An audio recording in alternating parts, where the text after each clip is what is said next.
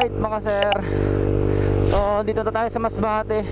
Grabe, hanggang dito umuulan pa din. Ang malas ng ano natin ngayon. Ano ng biyahe natin ngayon mga sir, napakabasa. Basa na naman tayo, kakabihis ko lang. Hey, kagaling. Tumiming. Stop. If you are not stopping, you are going to checking. Nakakalito talaga yung kalsada kapag di mo kabisado, lalo pag ganito madilim. Kaya dapat talaga malakas yung mga ano natin mga sir, auxiliary lights. Kaya sa akin ano lang to eh, tabi-tabi lang to eh, abot kaya lang to eh, abot kaya. Kaya lang siya kalakas. Parang dinoble lang yung lakas ng ano natin, ng high beam. Kasi ilaw. Sabi, di na yan dapat ano eh, di na dapat yan kailangan pang i-signal sa inyo eh.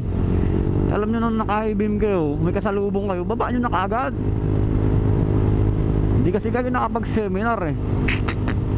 Ops, tama na, masama nagkikipag-away. Nakasalubong kayong kahit motor yan, kahit bike yan, lalo pag mga single, kasi isang lubak lang yan, tumba yan. Malanganin na, out balance lang yan sa lubak, tumba yan. Tulad sa inyo, kahit malubak kayo, 3 wheels, 4 wheels, walang problema.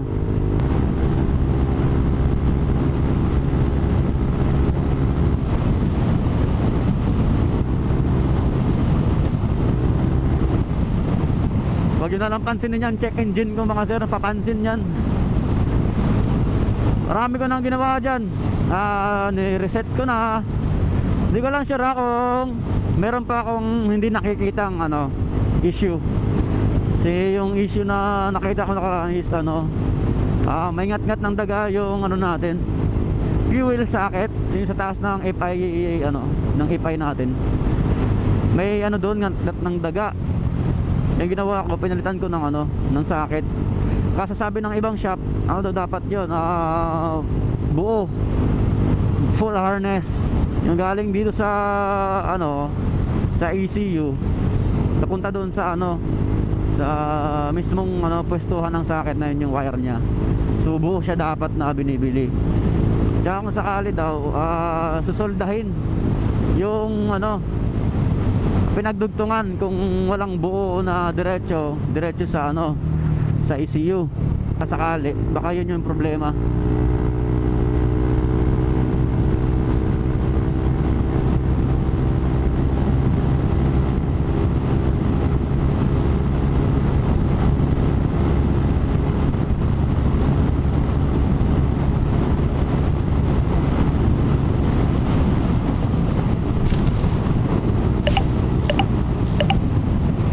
Grabe lakas ng arangkada mga sir, wala lang dulo. Maangat eh, lakas. Paumagana ang rides natin ni Blackie.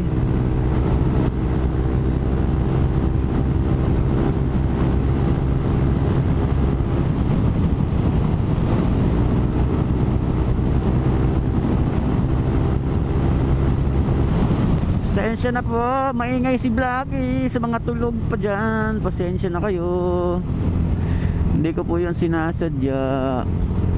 Medyo nilalamig na tayo mga sir. Hey, grabe naman kasi itong ulan na to. Baka basain ka lang talaga eh. Kaya lang pauwiin muna.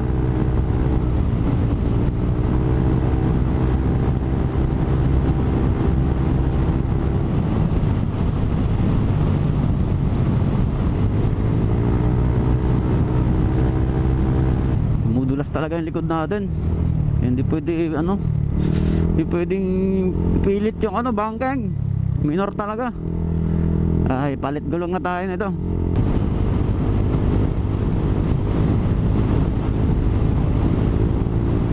Talagang kaya mo magbaba. Antibay mo Brad.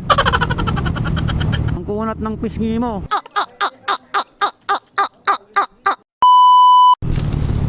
Ayaw mo talaga ako pagbigyan ha. Maambo na naman. Sorry. Kurbada naman eh, kailangan pa mag low beam.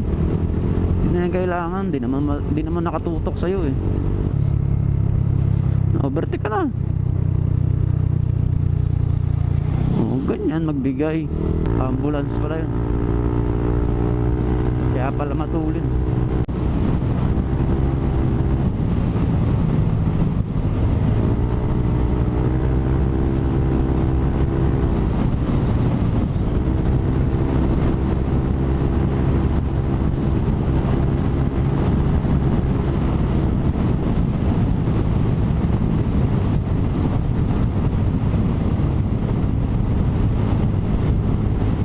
Meron pa pala isa.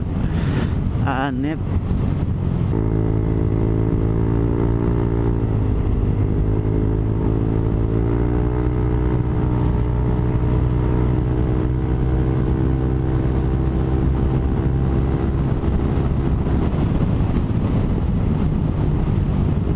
Ay, lumabas na sa yaring araw.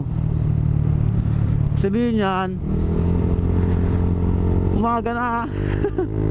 Inumaga na tayo mga sir. Uy, sarap mag rides. Grabe ka sarap mag rides mga sir. Para kang minamasahe.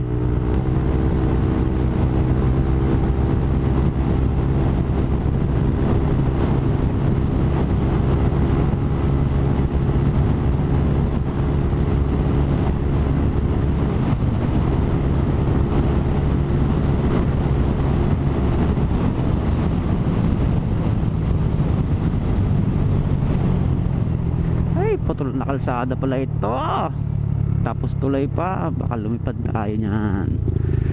Lipad tapos gulong. Ay, sarap.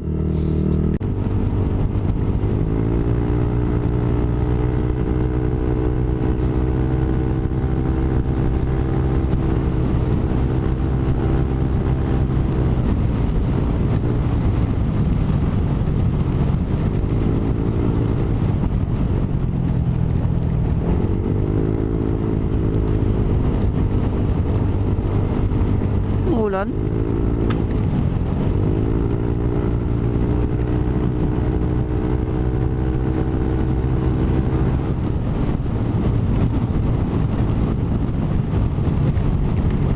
Umulan mga sir.